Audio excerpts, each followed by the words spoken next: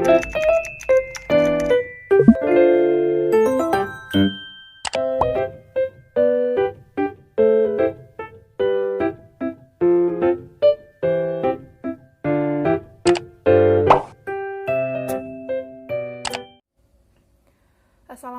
warahmatullahi wabarakatuh.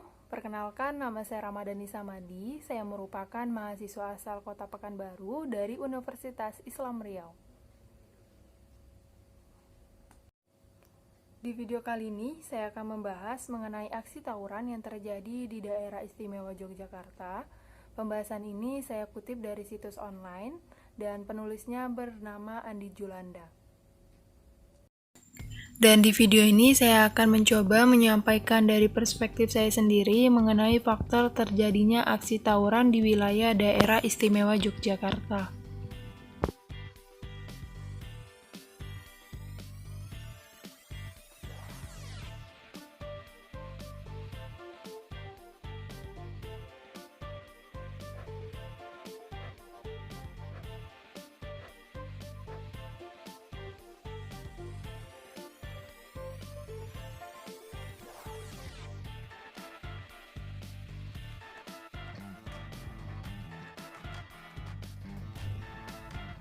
Pengertian tawuran pelajar dalam bahasa Indonesia dapat diartikan sebagai perkelahian yang meliputi banyak orang, sedangkan pelajar adalah seorang manusia yang belajar, sehingga pengertian tawuran pelajar adalah perkelahian yang dilakukan oleh sekelompok orang, yang mana perkelahian tersebut dilakukan oleh orang yang sedang belajar. Tentu, jika dilihat di Indonesia sendiri mengenai aksi tawuran pelajar dapat dikatakan bahwa tawuran sifatnya kultural pada setiap sekolah. Artinya, tawuran tersebut telah menjadi kegiatan yang turun-menurun dan sudah menjadi kebiasaan atau sudah menjadi tradisi pada sekolah tertentu. Dan banyaknya tawuran antar pelajar di kota-kota besar di Indonesia, dan salah satunya di wilayah daerah istimewa Yogyakarta, membuat fenomena ini menjadi menarik untuk dibahas dan dapat dicari jalan keluar untuk mengatasi masalah tawuran antar pelajar tersebut. Dapat dikatakan bahwa tindakan para pelajar dalam tawuran merupakan perilaku menyimpang atau deviance. Faktor penyebab deviance sendiri beraneka ragam, sehingga diperlukan analisis dengan perspektif sosiologis konflik untuk menemukan upaya untuk mengatasi masalah tersebut. Dan faktor penyebab terjadinya tawuran antar pelajar disebabkan oleh berbagai macam alasan. Salah satunya mulai dari kecemburuan sosial, teman sebaya, dan media sosial yang merujuk sampai ke pembalas dendaman. Dan tidak hanya itu, yang menjadi alasan yang lain dapat dilihat dari pendidikan di Indonesia. Pendidikan di Indonesia cenderung memaksa seorang pelajar untuk berpikir sesuai dengan kurikulum yang dibuat oleh pemerintah. Kurikulum tersebut cenderung mengeksploitasi kemampuan berpikir dari pelajar, yang akibatnya para pelajar merasa dipenjara oleh faktor sosial pendidikan yang ada, sehingga ingin melakukan hal yang menurut mereka di luar dari norma sosial, dan bersifat deviance atau penyimpangan.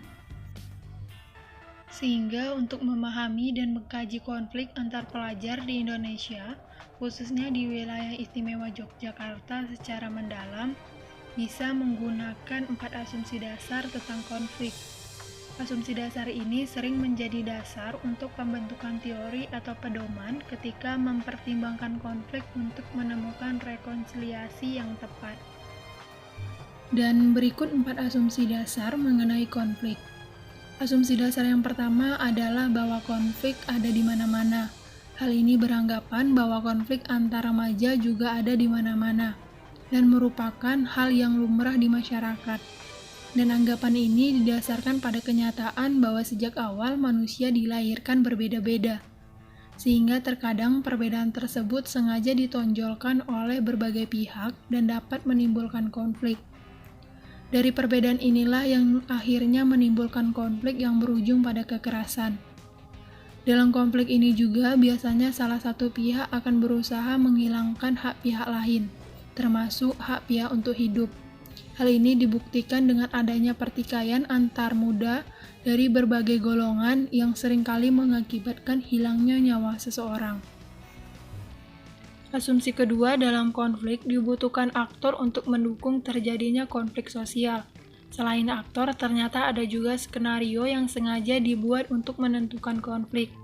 Hal ini dilihat dari pernyataan dari pihak-pihak yang terlibat atau yang berperan dalam konflik, sehingga munculnya ada saling provokasi antar sesama kelompok dengan kelompok yang lain. Asumsi yang ketiga adalah bahwa konflik memiliki efek perubahan. Dari perubahan inilah bisa mengarah ke negatif atau bahkan ke hal yang positif. Sehingga terkadang ada juga yang berpendapat bahwa konflik tersebut bersifat bilateral. Dalam kasus tawuran pelajar di Jogja, dampak negatifnya adalah kekerasan tanpa hukum.